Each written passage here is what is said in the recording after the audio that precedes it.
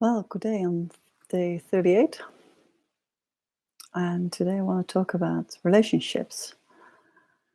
Um, Not just intimate relationships, but relationships in general. Everyone we actually consciously connect to.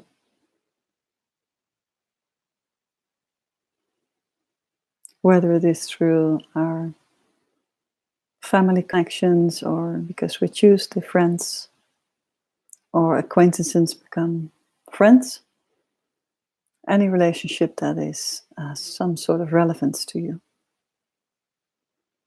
And to me, relationships have always been the best mirror in my life of how I deal with things and where my pain lies, but also, of course, where the joy lies. And I actually think that counts for everyone because, like I said many times before, we humans are not here to live solely by ourselves. So we connect with people to be connected and to feel connected. And relationships help. It's just a form, a basic need for that, to feel these connections. Or at least it's the most social acceptable one. In essence, we're connected to all and everyone, but until we are unaware, we feel connected to the one we have a relationship with. And relationships can also cause pain because they're often challenging.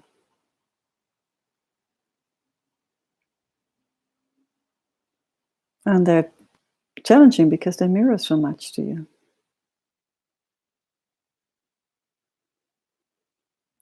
So, another way of finding more clarity on your own patterns and where you feel stuck in life or where your pain is most difficult to release is to look at the relationships you have and what it is in relationship that is so challenging for you and what it is in relationship that's so nurturing for you. Nourishing. Yeah, nourishing, sorry. So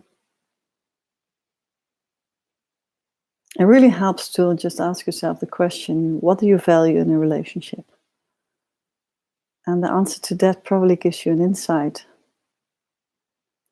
in what it tells about you.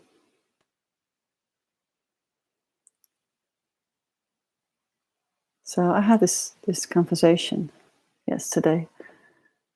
And for me, a relationship must have a level of depth in conversations. So I feel close to someone if someone is able to open up to me. So I'm not very good in superficial relationships, I tend to say a lot of times. And why is that? Because I thought about that question, and that is because I feel disconnected if someone doesn't open up to me. And that, of course, tells everything about myself, that I need this confirmation of the other person who opens up to me to feel connected. So again, I lay this need for connectedness outside of myself and expect it from the other person to fill in the gap.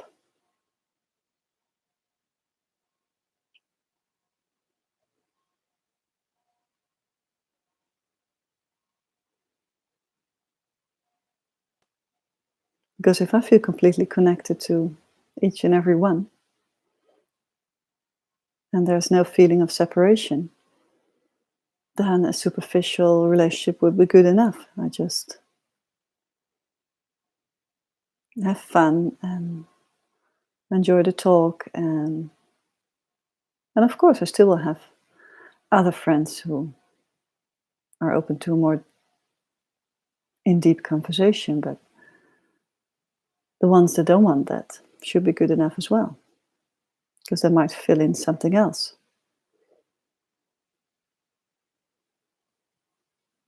But in my past, I disregarded the relationships that were superficial because I felt very uncomfortable with it.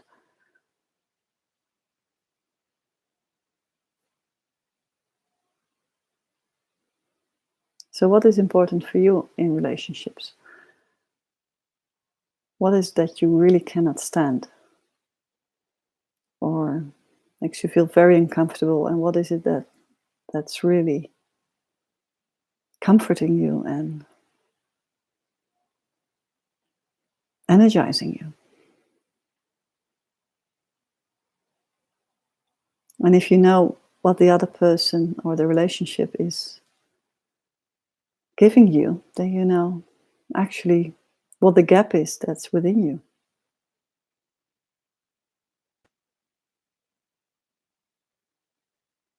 So in other words, the person in the relationship actually fills the gap for you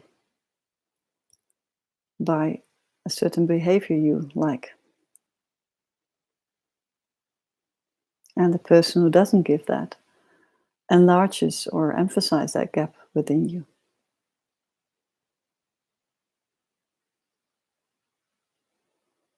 So this is not a new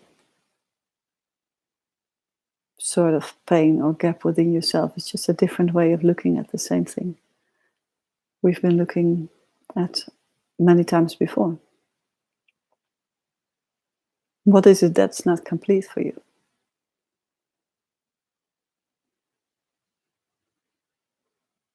What is it that you're not aware of, that you're searching outside of yourself?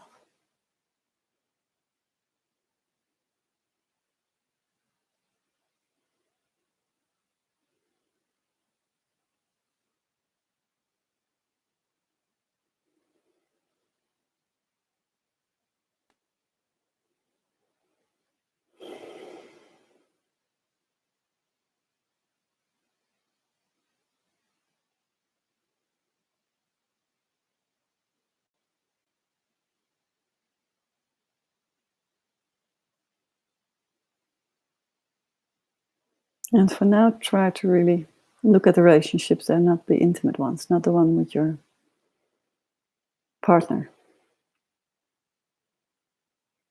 Because that has a different level of depth.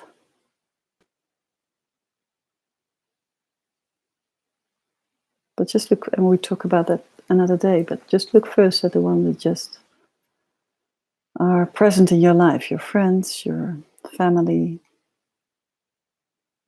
your colleagues.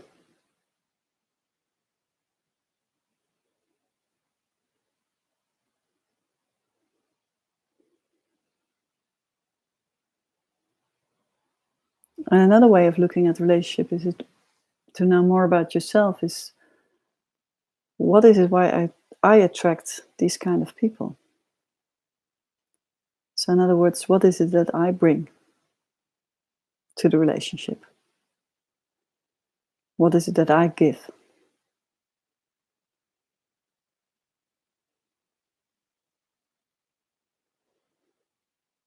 And sometimes you find out that the relationships are completely out of balance. Because one is only receiving and the other one is only giving. And on which side are you in those relationships? And why is that?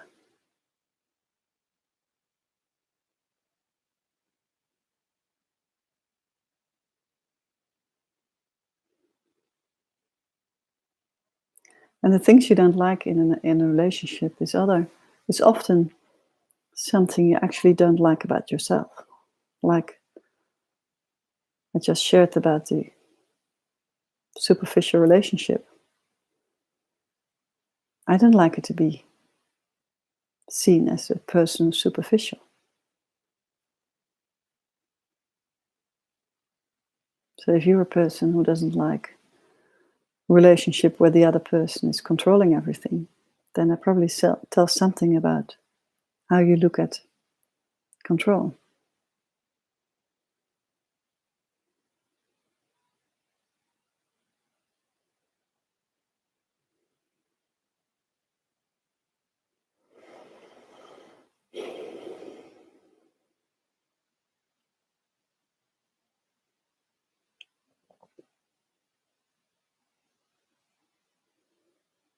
And I think I've shared it before, or I'm sure I've shared it before, that if you open up to yourself and become more aware of how you act and behave and what you expect, need, and what you would like to give and what you would like to share, then relationships around you change,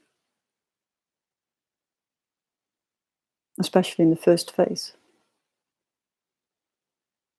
because people don't recognize you any longer.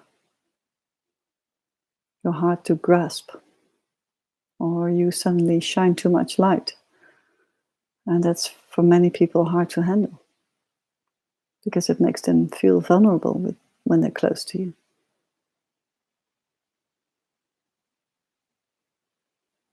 So there's nothing there to change as such. Just become aware that that might happen.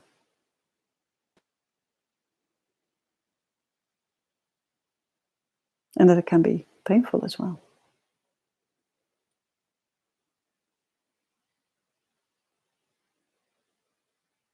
People who were there for you for many years suddenly disconnect. Or you disconnect.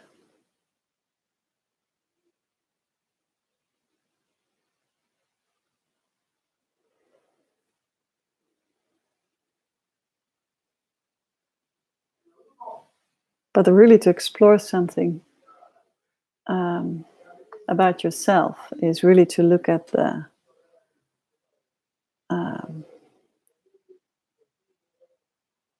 really look at closely at yourself, what it is you do in relationships.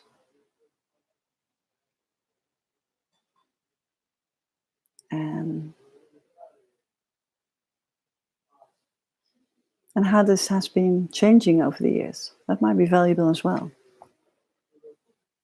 Perhaps you were very different in relationships when you were very young, and then something had happened in your life and it has shut something down. And it has changed you in relationships. You weren't the outgoing person anymore, but you closed down. Why is that?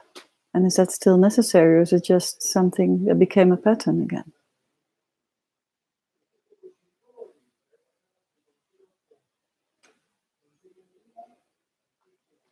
And ultimately,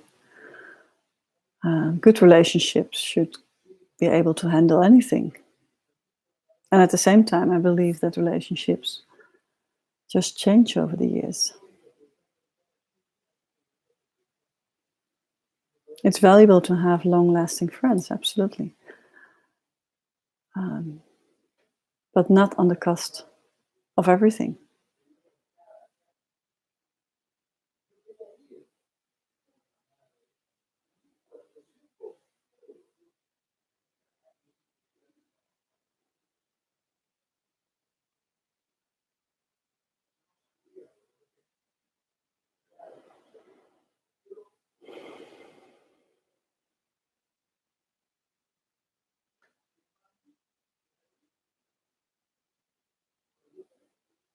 So just explore what it is you really like about relationships and really dislike. And obviously, always the dislikes are most prominent and tell most about ourselves, either in positive or negative way, but it shows a lot about ourselves.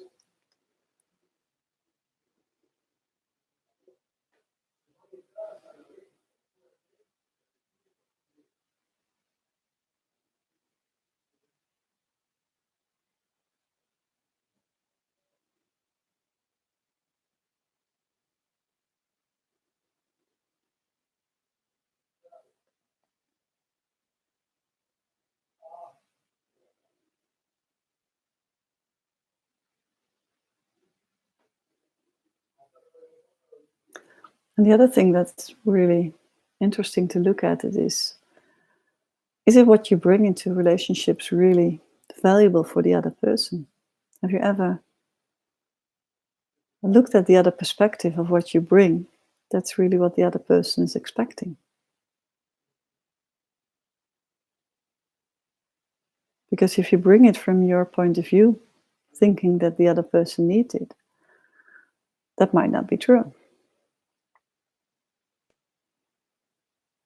And then you put a lot of effort in giving a lot, and the other person might not receive it in the same way as you think it was meant.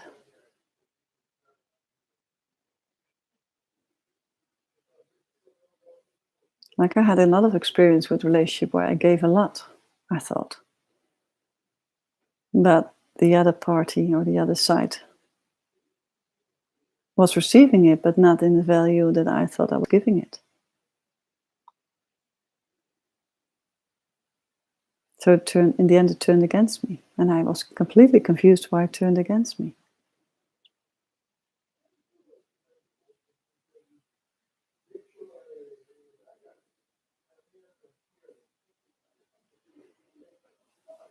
So giving in a relationship is not always, as such, a pure, valuable, good thing.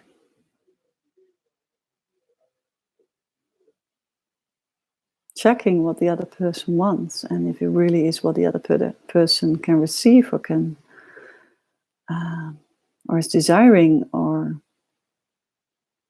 is hoping for is something we hardly ever do. We assume so much in relationships.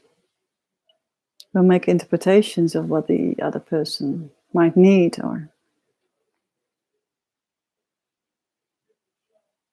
and then we're disappointed when we don't get the right feedback.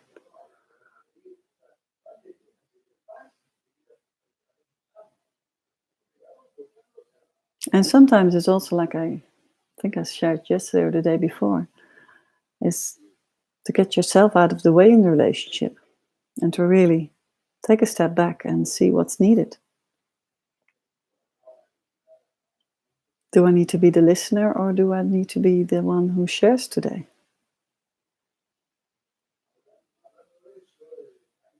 I know from experience that being the listeners felt like a very valuable and noble cause, but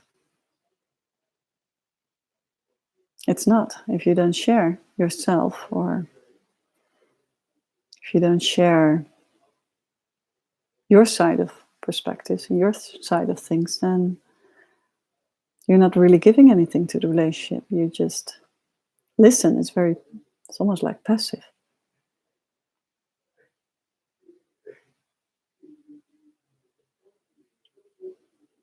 So relationships are extremely dynamic, obviously.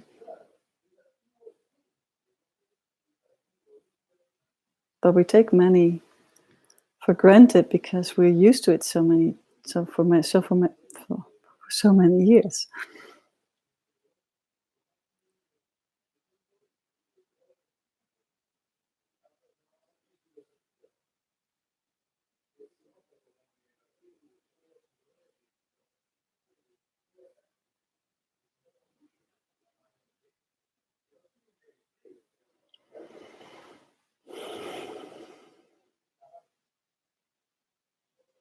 But I think the most,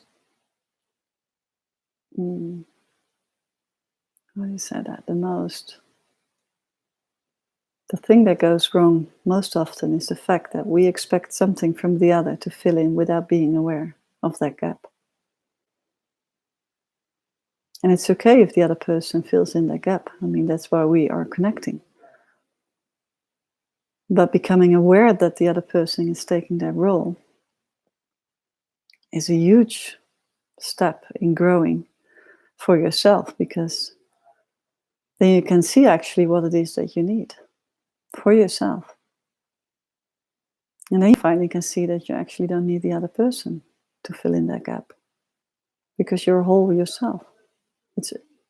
Everything is already within. That's just the annoying lack beliefs that's still there.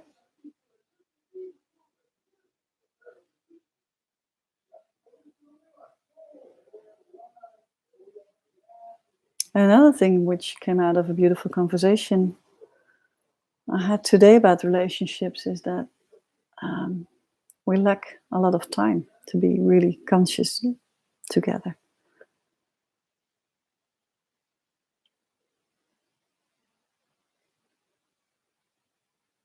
And if someone is really there for you, it takes time It doesn't really matter what the conversation is about.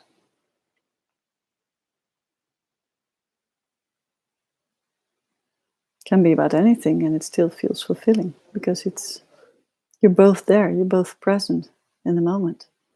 Instead of like, let's quickly meet and have an hour before the next appointment. Or we're on the phone on our mobile while we're talking to someone. I'm guilty of that at times.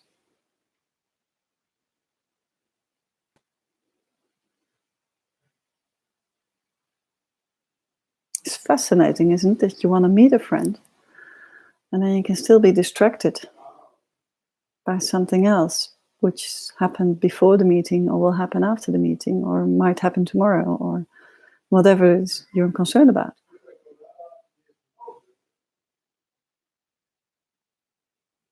And then you're not present there.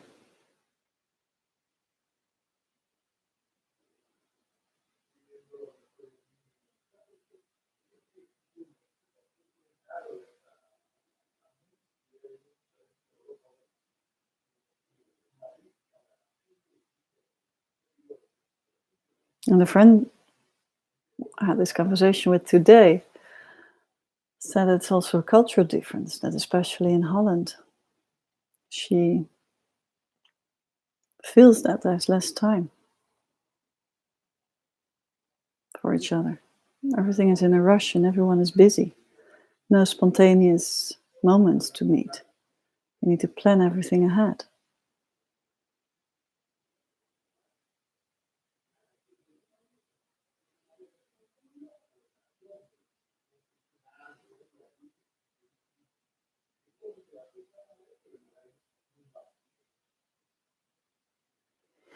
And are you the person who has a huge amount of friends, or are you the person who only has a few?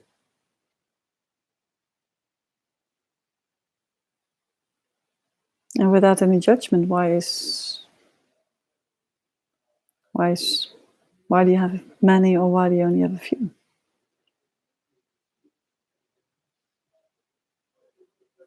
What does it say about you? And how has that been in the past? Has it always been like that, or has it changed over the years?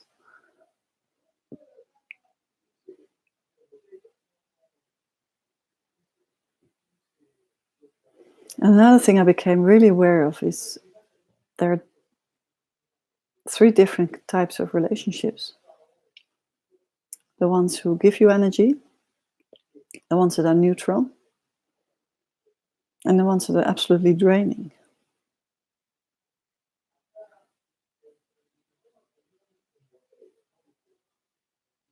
And there can be a good reason to be and stay in the relationship that is draining to you.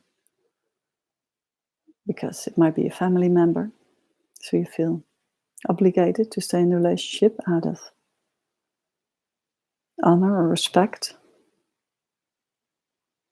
or sympathy or empathy. But other relationships are actually draining. They don't give you anything. And you're just there because you might be afraid to have less friends or to have an empty calendar. And then what comes up then?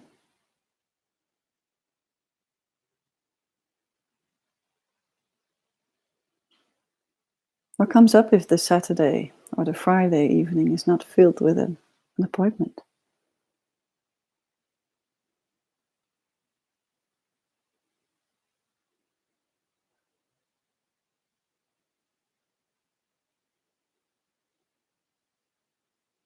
Because relationships are also measured in a social way. You kind of have to,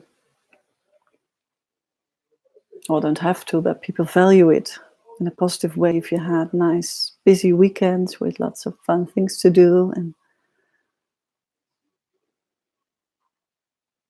And of course, it's absolutely great if you have fun things to do.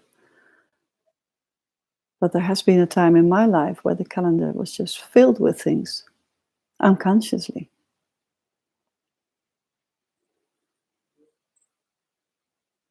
3-4 dinner appointments a month in the weekend. And you had to cook and prepare, and then you were so tired that while you were having dinner with your friends, you could hardly open your eyes, keep your eyes open, because it just had been too busy with small kids and busy weeks. And then in the weekend, you had to be happy and cheerful, because otherwise you were socially uninteresting. So explore for yourself how you've dealt with relationships over the years and how it is for you now, but also how it was for you in the past, because it tells you and hopefully confirms you something that has changed and healed over the years. And that acknowledgement that something has changed and healed because you've chosen actively or consciously for something else. That we also need the confirmations. We just don't need to feel the pains all over again. To feel the confirmation gives you the confirmation of growth and change. That's empowering.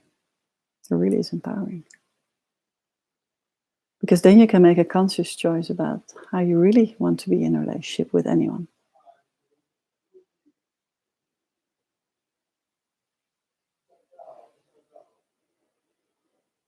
And I don't know if you know this, but I always had this extreme desire of having this one best friend. And up until 11, I had this one best friend, at least that's how it felt, my next door neighbor. And I had a second one who was my best friend in class. So I'd actually had two best friends. And that felt very comforting and was a great basis. And then I changed schools and went to high school. So it wasn't until 12. And then that all disappeared.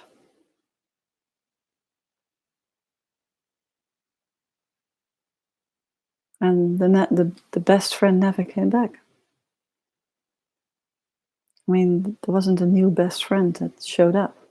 There were many friends, and many friends have gone.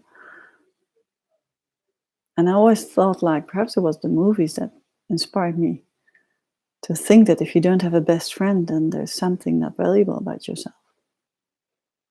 You're not good enough to be a best friend to someone.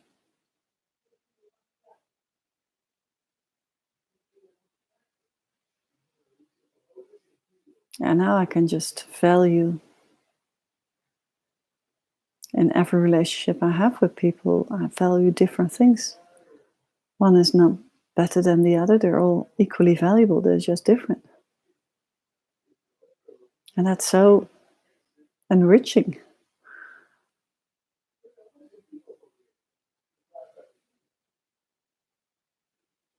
And I let go of many. Also consciously, I let go of many because it was just gone. It was a nice memory, but there was nothing more that was shared in common to continue.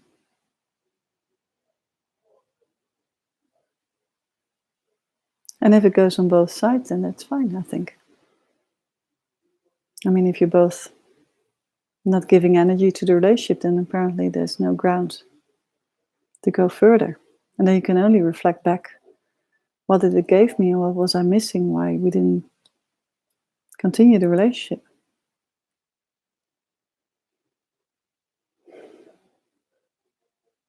So to me, relationships are the best mirror of myself, of my identified self, of that what I still looking outside myself. Like this feeling of connectedness, this neediness for connectedness means that I still have a feeling of separation within me. And it's only there every now and then. But when it's there, it's suddenly very vivid. And when it's gone, it's absolutely absent. I don't know why it's so extreme right now, but so I'm either completely connected to each and every one, or there's a complete feeling of disconnection. Or perhaps it's just an in-between phase. To really feel if every little detail about feeling separated is healed. And obviously it's directly related to being in complete connection with your inner self and how you feel your wholeness within yourself. Because from that wholeness there is no separation anymore.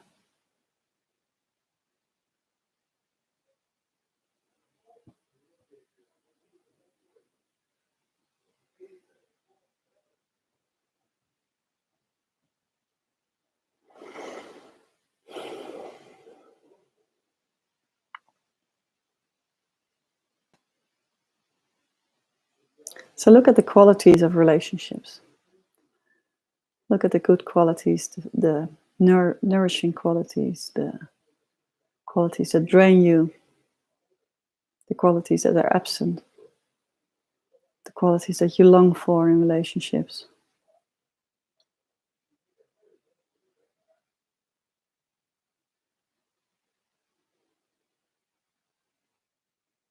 And it's not like rating your friends or family members or colleagues or acquaintances. It's more stepping out of your limited self and just observe what relationships give you.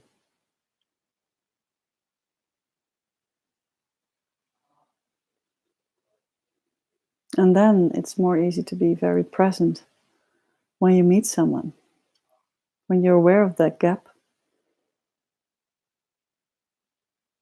that you're no longer not actively, but unconsciously are trying to get it. But you just know, okay, this is not there.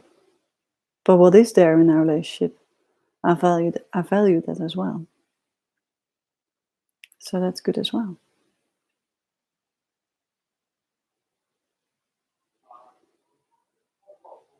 And perhaps there's something missing in your life that you just have not found in relationships yet. And still, again, I don't mean the personal, romantic, intimate ones. So not the partners you live your life with, but in all the other relationships, it's just something that no one ever gives you, or something that you cannot share yourself with because you haven't found someone to share it with. You had it in the past, but that person might have been gone or died or moved away or disappeared out of your life.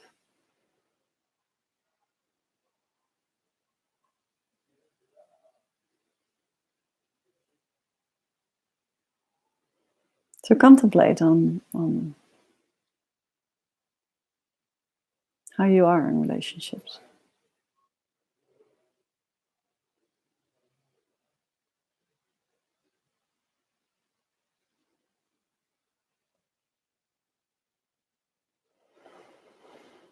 Okay, that's it for now. And before we continue, before I finish this one, I soon will be talking about the topic of money. And I would like you, before I share anything on money, to write down what money means to you.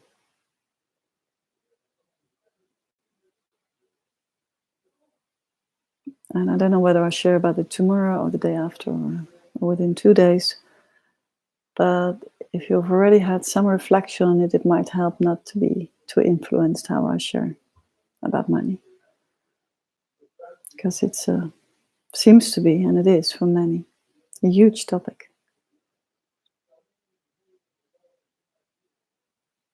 So just look at yourself, how money has played a role in your life, whether you had enough, too much, never enough, whatever comes up. Fear, control, lack beliefs, unworthiness, worthiness, ease, uneasiness, whatever comes up, just write it down.